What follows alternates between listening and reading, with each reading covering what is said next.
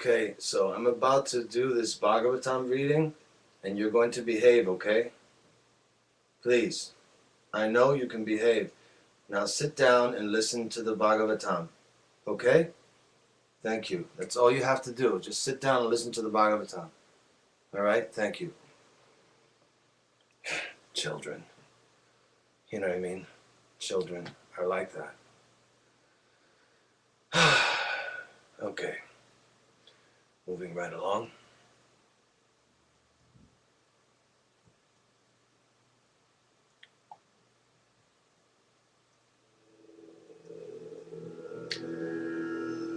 I offer my respects unto Swami Vijnananda, unto Srila Bhaktivedanta Swami Prabhupada, and unto Oba Phumphuni Bae, my godfather guru.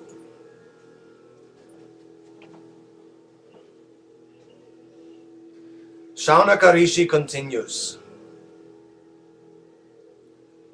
He says, as he addresses our sutta, our celebrated speaker,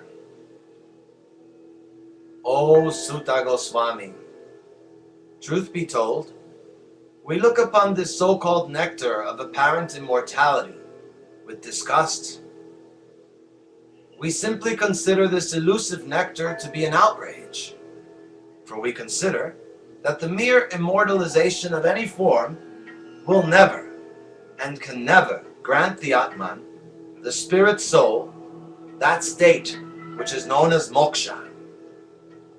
Moksha is what is known as the true liberated state, where no fetters can bind. The attainment of this state is known as mukti. You see, O Shaumya, O gentle one, we consider that the mere immortality of any form can never, on its own, grant that peace which passes all understanding. Nor can it grant the spontaneous blissful awareness which is an inseparable feature, as it were, of this liberated state. However, merely listening to this Bhagavata Purana from the lips of a bona fide Bhagavata such as yourself, O Sutta, we consider this most graceful act of yours to grant us instantaneous liberation, automatic mukti from this tireless, dreary, samsaric realm, where the seemingly endless rounds of birth and death stupefy even those of exceptionally stellar mindsets. Just see, O Sutta, in the past, we performed countless personal sacrifices, as well as thousands upon thousands of sacrificial rites, yagyas, just to partake of this nectar, this amrita of immortality.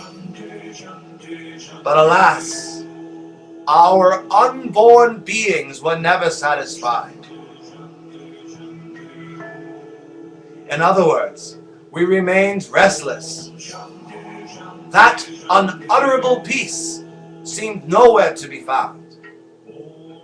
The reason this is simply because sacrificial and or ceremonial rituals will only lead to heavenly, i.e. desired states.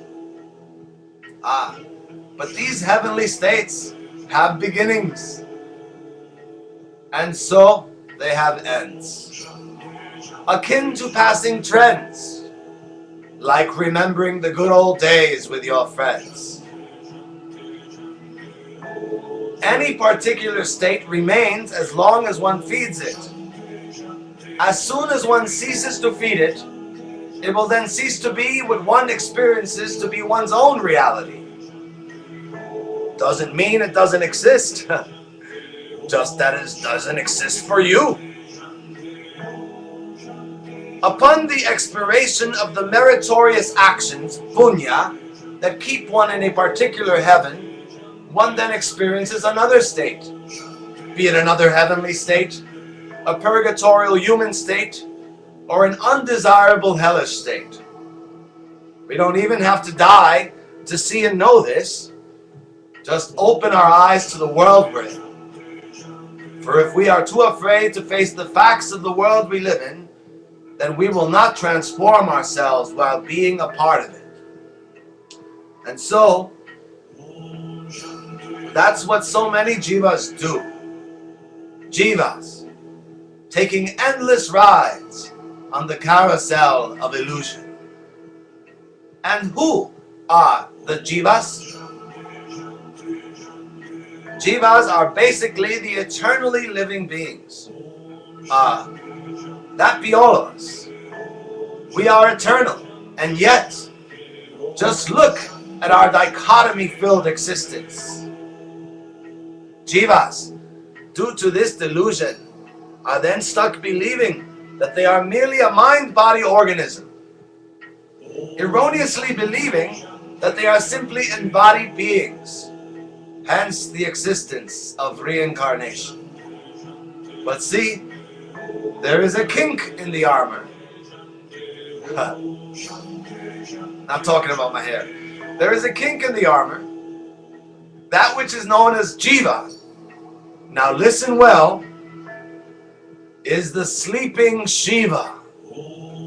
For when the jiva wakes up, when it awakens to its own liberation, then the jiva dissolves, and all that remains is Shiva Shakti. This, O Sutta, is the reason why we know that merely being an immortal soul will never grant us freedom from the rounds of birth and death.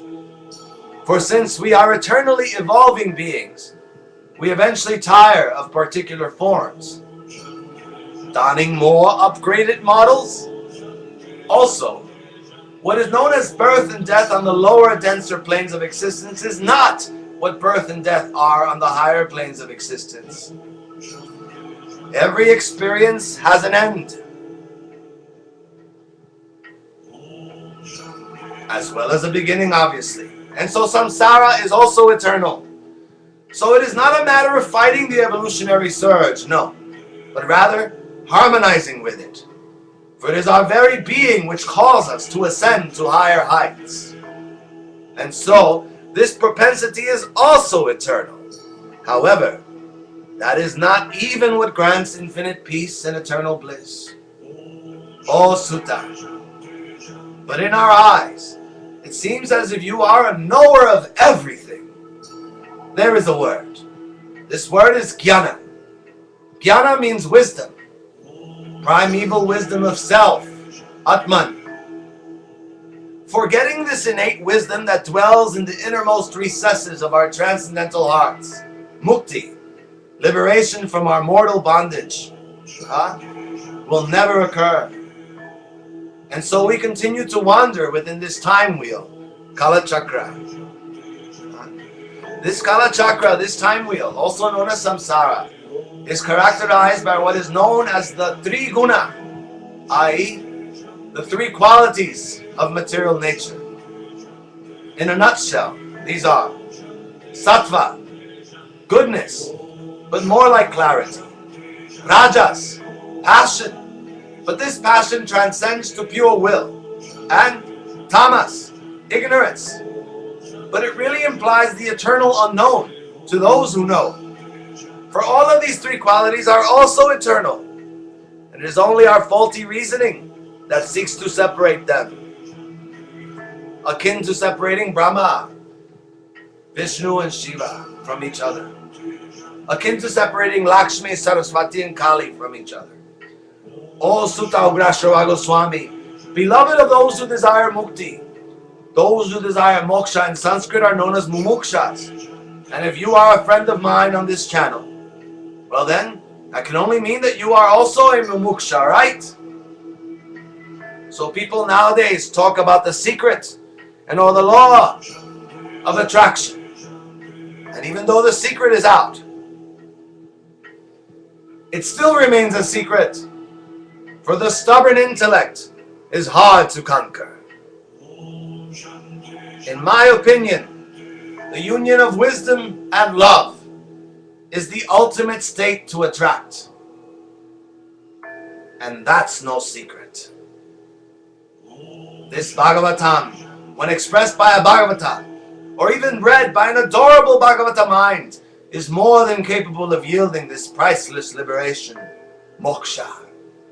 Only then can real peace and bliss of self arise.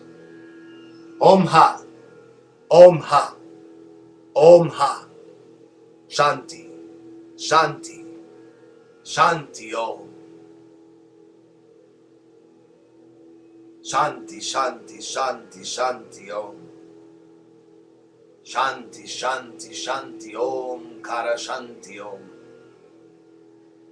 Shanti, Shanti, Shanti Om, Kara Shanti Om.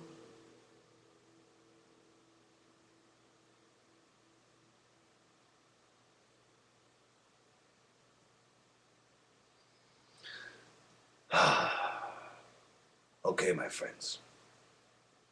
Hari Om Tat Sat.